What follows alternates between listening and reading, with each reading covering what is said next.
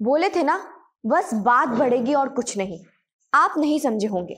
हम बात बिहार के मोतिहारी वाले केस की कर रहे हैं, जहां एक नाबालिग लड़की का पहले रेप होता है, फिर उसकी लाश को जला दिया जाता है और होता है वही। क्या इस बार नहीं बोलेंगे कुछ नहीं होता तो है, और वो कि बस एक के बाद एक गवाही आती है, पर उस गवाही से इंसाफ नहीं मिलता। नमस्कार, स्वागत है आपका जनता रंक्शन में, और मैं हूं आपके साथ सृष्टि श्रीवास्तव। मोतिहारी में जहां एक नाबालिग लड़की का रेप कर उसकी लाश को जला दिया गया था, उसका एक अपडेट आया है कि मृतक के भाई ने अपनी आंखों से उस घटना को देखा था और उसने पुलिस को बताया कि कैसे उसकी बहन को जला दिया गया था। आपको पहले पूरा मामला एक बार रिमाइंड करवा देते हैं, और ये हम वापस इसलिए बता रहे हैं ताकि आपको समझ में आए कि उस भाई पर, उसके माता पिता पर क्या बीता है। बिहार के मोतिहारी में एक नाबालिग बच्ची के साथ पहले रेप के बाद उसकी हत्या कर दी गई। बच्चे के पिता का नाम बहादुर है और उसकी मां का नाम फेरी है। बहादुर अपने परिवार के साथ एक मकान में किराए पर रहता है। दोनों काम करने बाहर गए हुए थे और उनकी 12 साल की बेटी घर में अकेली थी। उस नाबालिग बच्ची का भाई जब आया तो वो चौंक गया, क्योंकि उसकी बहन लहूलुहान हालत में पड़ी थी। जल्दबाजी में उसने फिर इस बात की सूचना अपने पिता को दी और फिर वो लोग बच्ची को अस्पताल लेकर गए, जहां डॉक्टरों ने बच्ची को मृत घोषित कर दिया था। इसी बीच आरोपी मकान मालिक के घर पर आ गया था और उन लोगों को धमकी देना शुरू कर दिया था।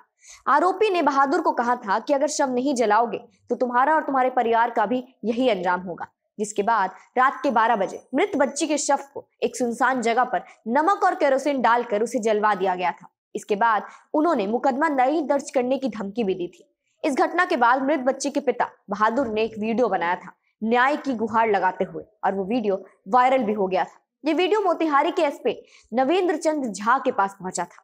वीडियो के बाद उन्होंने मामले में एक्शन लेते हुए थाना अध्यक्ष को लापरवाही के आरोप में सस्पेंड कर दिया था, क्योंकि थाना अध्यक्ष और आरोपी के बीच का एक ऑडियो क्लिप वायरल हुआ था, जिसमें यह पता चला था कि 11 दिनों तक प्राथमिकी दर्ज नहीं करने को लेकर थाना अध्यक्ष और आरोपी दोनों की मिलीभगत है। एसपी ने केस की जांच शुरू करवा दी थी और फिर एक वीडियो वायरल हुआ था जिसमें कुछ लोग शव को जलाने के लिए लकड़ी में डब्बे से किरोसिन तेल डालते दिख रहे थे। इसके साथ ही जांच के लिए एसडीपीओ शिवेंद्र कुमार अनुभवी की नेतृत्व में एक एसआईटी का गठन किया था। मामले की जांच करने एफएसएल की 2 सदस्यीय टीम मोतिहारी पहुंची थी। पहले उन्होंने उस घर की जांच की जहां रेप होने की बात कही गई थी। उसके बाद टीम उस जगह पर गई जहां नाबालिग के शव को जलाने की बात कही गई थी। टीम को वहां से करीब 60 फीट लंबा क्रेप बैंडेज, जमीन और दीवारों पर पेन द्वारा छुपाए गए खून के संबंधित धब्बे, नाखूनों के निशान, शव को जलाने के बाद हड्डियों के अवशेष और जले हुए कपड़ों का एक छोटा टुकड़ा मिला था। टीम सभी को एकत्रित कर जांच के लिए लेकर चली गई थी। घटना की जांच के लिए एक टीम भी बनी है जो कि गिरफ्तारी के लिए ठिकानों पर रात भर छापेमारी करती रही, और इस दौरान उन्हें आरोपियों के परिजनों का विरोध भी झेलना पड़ा था। और आज छोटे भाई ने एसपी को बताया कि उसकी बहन के मरने के बाद क्या हुआ था। उसने बताया कि उसकी बहन को नमक, केरोसिन और तेल छिड़क कर आधी रात को उसकी आंखों के सामने जला दिया गया था। दबंगों ने उससे और उसके रिश्तेदारों से भी कहा था कि उसकी बहन की लाश को जलाओ, और हद तब हुई जब आरोपियों ने उस बच्ची को भी धमकी दी जान से मारने की। एसपी नवीन चंद्र झा ने पीड़िता के परिवार की बात सुनने के बाद, डीएसपी के जांच रिपोर्ट मिलने के बाद पीड़िता के आवेदन में नामजद कर सारे कांड को सत्य मानते हुए गिरफ्तारी और कार्रवाई का निर्देश दिया है। यहाँ बच्चे की गवाही भी सुन ली गई, रिपोर्ट भी आ गया, बस बाकी है गिरफ्तारी। हम बस उम्मीद कर सकते हैं कि इस केस में भी 9 साल ना लग जाए। फिलहाल आज के इस वीडियो में बस इतना ही।